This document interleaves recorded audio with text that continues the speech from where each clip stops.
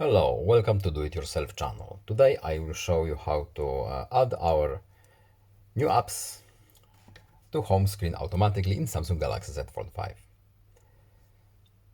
To enable our applications to be added automatically to our home screen here, we have to go to Settings, then Home Screen option, and here looking for Add New Apps to Home Screen. Check this little box here. Now, whenever we download or install a new application, it will of course appear here in our main menu, and it will be added to our home screen somewhere here. I hope this video was helpful to you. Please leave a like and subscribe. Have a nice day and see you in the next video. Goodbye.